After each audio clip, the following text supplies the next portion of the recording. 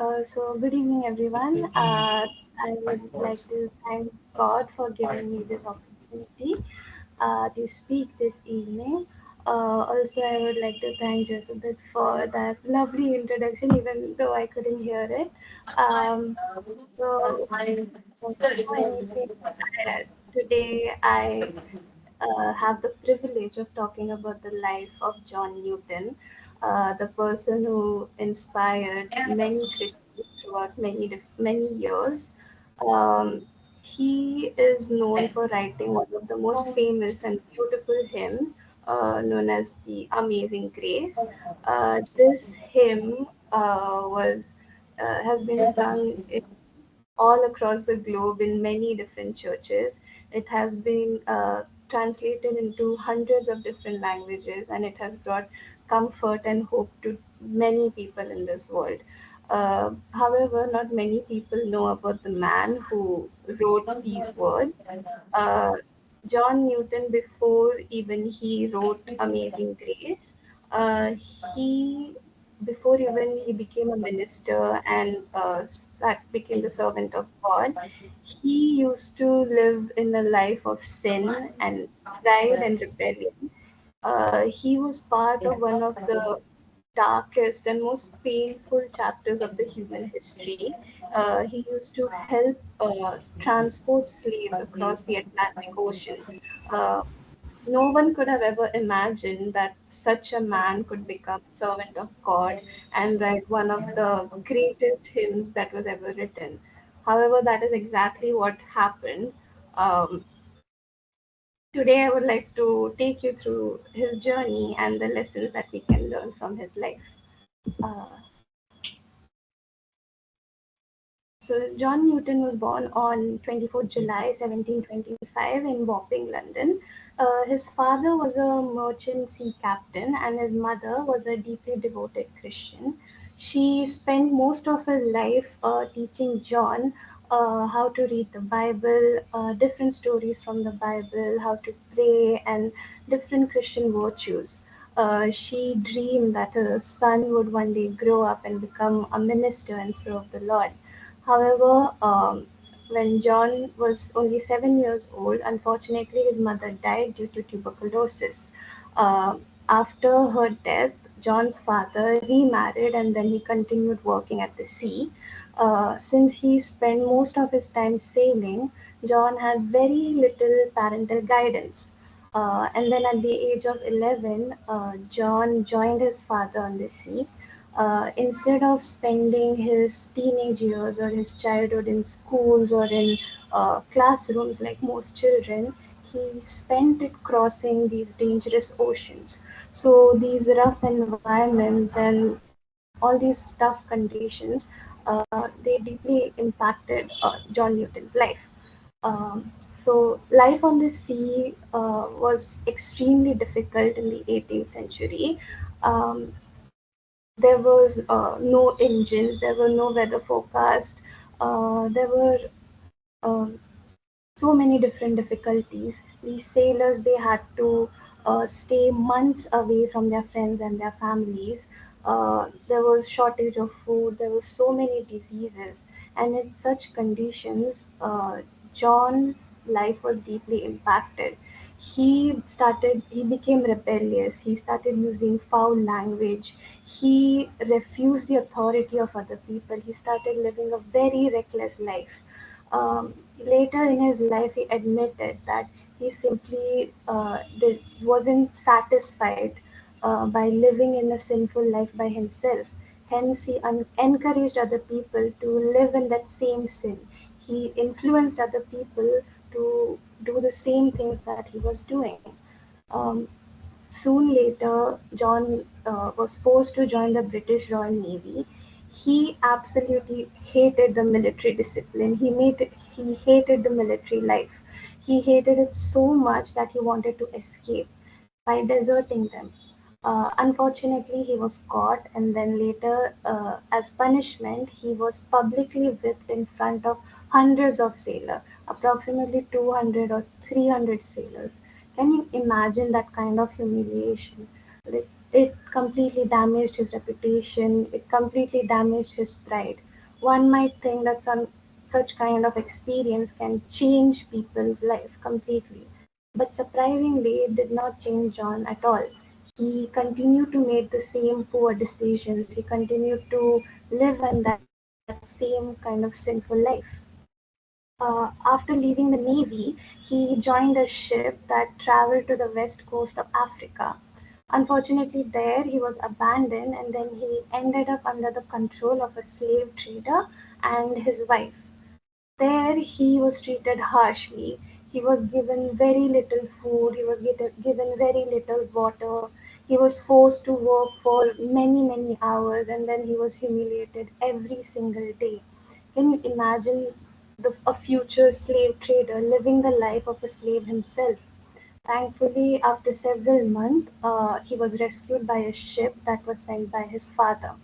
Now, he later in his life, he described this moment, this period of his life, as the lowest point, as the lowest period in his life. Yet, it was not enough to change John Newton and turn him back from his sinful ways. Soon after being rescued, he returned back to the sea, and then he became captain of the ships which helped transport these enslaved Africans across the Atlantic Ocean. Thousands of men, thousands of women, thousands of children, they were chained together and kept inside these ships, and they were treated like property. They were treated and kept in such terrible conditions. They were given no food, they were given no water. Many of them became sick, many of them they even died. Families were torn apart and they were kept away from their loved ones. And it was just the darkest thing and the darkest chapter in human history. And John Newton was part of that system. Yet he didn't feel that it was wrong. He didn't feel any sort of remorse or guilt. Then came the turning point in his life when John Newton was returning back from Africa in 1748. There was a violent storm. His ship was caught in a violent storm. Water came inside the ship. It was spilled inside the vessel. The storms and the strong waves started hitting the ship violently, and the crew completely believed that all of them they were gonna die.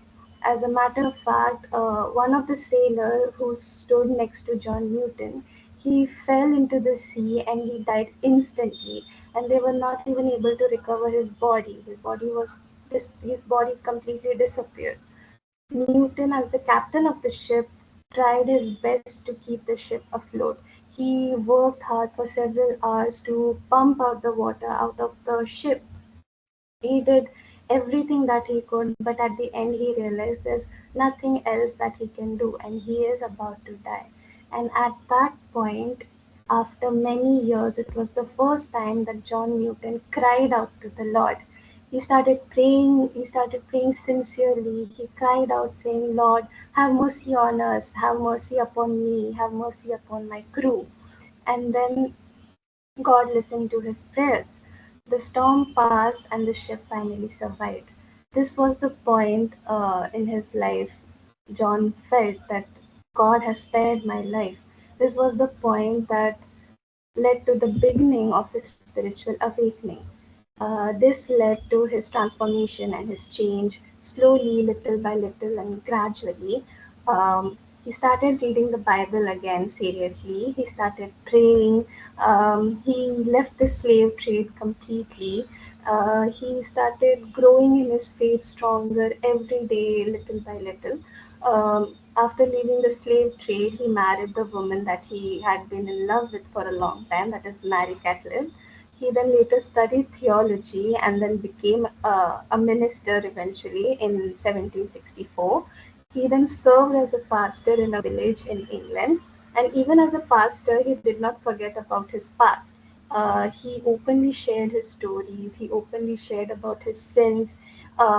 He shared his story in the form of poems, in the form of songs and hymns. And then finally, in 1772, he wrote the most famous hymn, Amazing Grace. Um, Even after leaving the slave trade, he felt deep remorse, he felt guilt, he felt deep sorrow inside him. Hence, he started publicly confessing his mistakes. He shared his stories and shared about his sins. And in 1788, he published an amazing pamphlet known as The Thoughts Upon the African Slave Trade, where he shared the story and all the things that the slaves have to go through based upon his own personal experience. This pamphlet became an evidence for all the people who were supporting the abolition of the British slave trade. And one of them was a politician named William Wilberforce. Newton encouraged William, and with the joint effort of both of them, along with many others, in 1807, the British Parliament finally abolished the slave trade, and that was the same year that Newton died. This was the purpose of Newton. This was how God used his life and everything that he had gone through, and uh, this is what God had in store for him.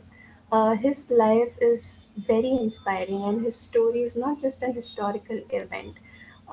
It is a story about change, it is a story about courage, about repentance, and about purpose. There are many lessons that we can learn from his life, out of which I would like to share three lessons that I learned.